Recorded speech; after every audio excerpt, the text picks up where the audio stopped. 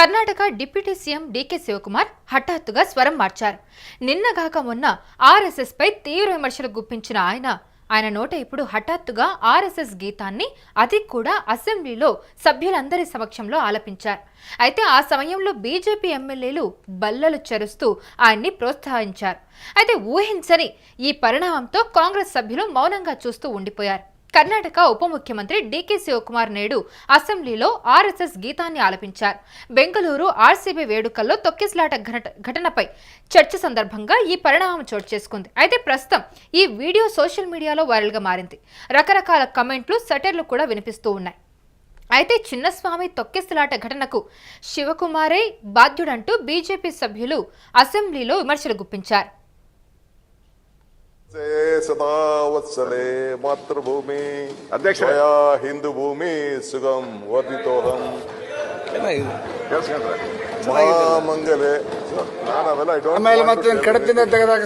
ಚರ್ಚೆ ಬೇಡ ಅದನ್ನ నమస్తే సదా వత్సలే. అయితే బెంగళూరు ఇన్ఛార్జి మంత్రిగా కర్ణాటక క్రికెట్ అసోసియేషన్ సభ్యుడి హోదాలో ఆర్సీబీ జట్టును కేవలం ప్రోత్సహించడానికే వెళ్లానని ఆయన వివరణ ఇచ్చారు.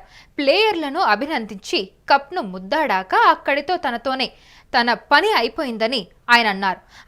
అదే సమయంలో ఇలాంటి ఘటనలు వేరే రాష్ట్రాల్లోనూ జరిగాయని గుర్తు చేశారు. దీంతో ఆ సమయంలో ప్రతిపక్ష నేత ఆర్ అశోక్ గతంలో డీకే శివకుమార్ ఆర్ఎస్ఎస్ చెడ్డీ వేసుకున్నానని చేసిన వ్యాఖ్యలను గుర్తు చేశారు. దీనికి స్పందనగా శివకుమార్ ఆర్ఎస్ఎస్ గీతం నమస్తే సదావత్సలే మాతృభూమి అని పాడారు. అయితే ఆ సమయంలో బీజేపీ ఎమ్మెల్యే సునీల్ కుమార్ జోక్యం చేసుకుని ఈ లైన్లు రికార్డుల నుంచి తొలగించవద్దని ఆశిస్తున్నానని అన్నారు. అయితే దీంతో సభలో నవ్వులు పూశాయి. ఈ వీడియో సోషల్ మీడియాలో విపరీతంగా వైరల్గా మారింది. నమస్తే సదా వత్సలే మాతృభూమి అధ్యక్ష హిందూ భూమి సుగం వర్ధితోహం ಮಂಗಲೆ ಚರ್ಚೆ ಬೇಡ ಅದನ್ನ నమస్తే సదా వత్సలే మాతృభూమి అధ్యక్ష. అయితే దీనికి సంబంధించి కాంగ్రెస్ అధిష్టానం ఎలా స్పందిస్తుందో చూడాలంటూ పలువురు కమెంట్స్ పెడుతూ ఉన్నారు. రాహుల్ గాంధీ ఇప్పుడు ఎలా స్పందిస్తారు? అదే పని వేరే ఎవరైనా చేసి ఉంటే ఈ పార్టీకే కాంగ్రెస్ చర్యలు తీసుకునేదేమో అని ఒకరు కమెంట్ చేస్తే, అర్జెంటుగా డీకేఎస్కు సీఎం పీఠం అప్పజెప్పకపోతే కాంగ్రెస్ చీలిపోయే ప్రమాదం ఉందని మరొకరు, ఇది నిజంగానే షాకింగ్ రాజకీయ పరిణామమని ఇంకొకరు కమెంట్ చేశారు. అయితే చర్చ తీవ్రతరం కావడంతో డీకే శివకుమార్ తన చర్యలపై స్పందించారు. నేను జన్మతః కాంగ్రెస్ వాదిని. ఒక రాజకీయ నేతగా స్నేహితులు, ప్రత్యర్థులు ఎవరో తెలుసుకోవడం నాకు అవసరం. నేను వాళ్లను అధ్యయనం చేశాను. బీజేపీతో చేతులు కలపడం అనే ప్రశ్నే లేదు. కాంగ్రెస్ పార్టీకి ప్రాతినిధ్యం, నాయకత్వం వహిస్తాను.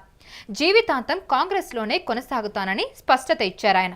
అయితే 15 ఆగస్టు ఎర్రకోట ప్రసంగంలో ఆర్ఎస్ఎస్ గురించి ప్రధాని నరేంద్ర మోదీ ప్రస్తావన సంగతి మనందరికీ తెలిసిందే. అయితే ఈ క్రమంలో పలువురు స్పందించగా డీకే శివకుమార్ ఆసక్తికర వ్యాఖ్యలు చేశారు. ఆర్ఎస్ఎస్ ఒక సంస్థగా ఉన్నా దాని నైతికతను ప్రశ్నించాల్సిన అవసరం లేదని అన్నారు.